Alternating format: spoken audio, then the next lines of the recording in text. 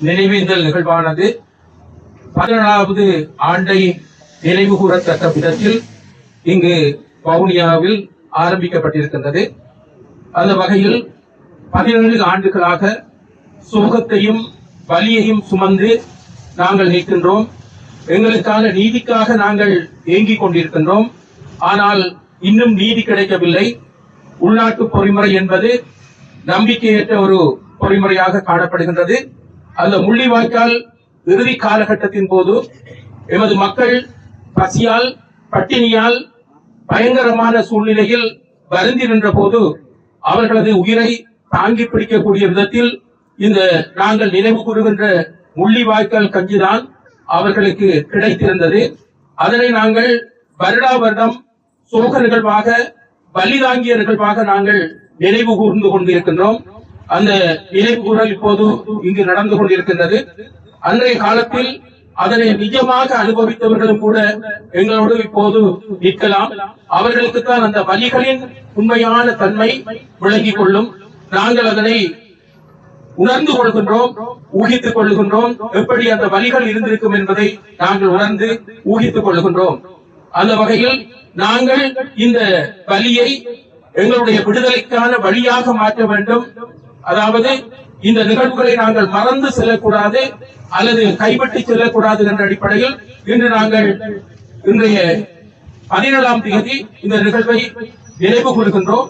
எனவே சகல உணர்வு பூர்வமான மக்கள் அனைவரும் இதில் கலந்து கொண்டு எமது உறவுகள் அந்த நிலையில் பட்ட அவஸ்தைகளை நினைவில் ஏந்திக் கொள்ள வேண்டும். அதேவேளை வருகின்ற சந்ததிகளுக்கு இப்படியாக நாங்கள் பல துயரத்தை சுமந்திருந்தோம். விடுதலைக்காக உரிமைக்காக போராடியதற்காக எங்களுக்கு இந்த வலிகள் தரப்பட்டன என்பதையும் மற்றவர்களுக்கு கொண்டு செல்ல வேண்டும். எனவே அந்த வரலாற்றின் தொடர்ச்சியாக இதனை நாங்கள் மீண்டும் மீண்டும் நினைவு கூர்ந்து கொண்டிருக்க வேண்டும். மக்களை விழிப்பூட்ட வேண்டும். எமது விடுதலைக்காக எமது உரிமைக்காக நாங்கள் தொடர்ந்தும் தாமதிக்காமல் தடைகள் இல்லாமல் பயணிக்க வேண்டும் என்பதற்காக இதனை நாங்கள் செய்கின்றோம். ஆகவே இந்த நிகழ்வில் கலந்து கொண்டு உங்களுக்கு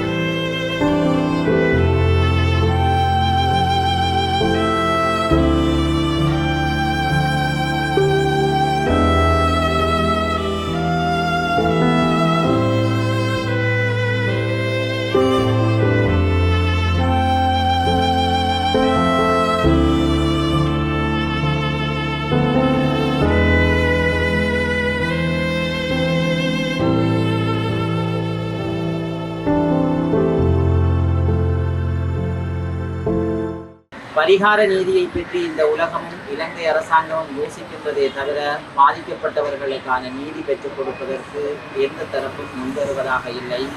சாட்சியங்களும் ஆவணங்களும் காலாவதியாகி போகின்ற நிலைமையும் இழப்புகள் ஏற்படுத்தப்படுகின்ற நிலைமையும் தான் தொடர் தேர்ச்சியாக நிகழ்கின்றதே தவிர கண்ணீருக்கு பஞ்சம் வருகின்ற அளவுக்கு தான் எங்களுடைய போராட்டத்தினுடைய வலிமையும் தொடர் தேர்ச்சியாக 17 ஆண்டுகளாக நீதி வருகின்ற இந்த போராட்டம் எந்த விதமான முன்னேற்றங்களுமின்றி மாறுதல்களுமின்றி நலிவுற்று போயிருக்கக்கூடிய ஒரு நிலைமைதான் காணப்படுகிறது என்கின்ற வேதனையான விடயத்தையும் பதிவு செய்ய வேண்டிய களச்சூழல் எங்களுக்கு காணப்படுகிறது.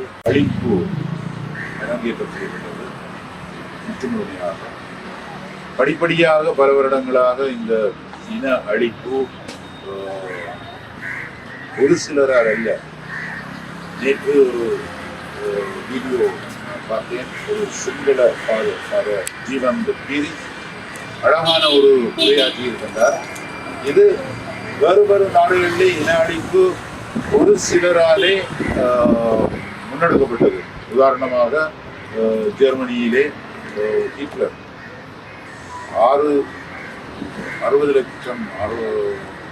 மில்லியன் யூதர்களை கொண்டார்.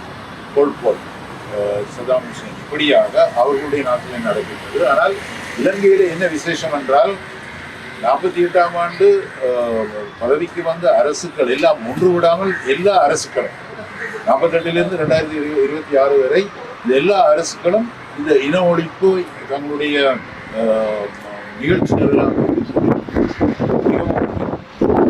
ஆகவே இந்த நிலை மாற வேண்டும். விசேஷமாக இந்த முடிவாய்க்கால் கட்சி மிகவும் விசேஷமானது. ஏனென்றால் எங்களுடைய மக்கள் இந்த கடைசி நாட்களிலே முடிவாய்க்கால் கட்சியை தங்களுடைய உயிர் ஆதாரமாக கொண்டிருந்தார்கள். அவர்கள் இது கூட அழகாக ருசியாக செய்யப்பட்டிருக்கும். ஆனால் அவர்கள் வெறுமனே உப்பு தண்ணியை கடல் தண்ணியை சூடாக்கி அதிலே அரிசியை போட்டு அவர் கொடுத்தார்கள்.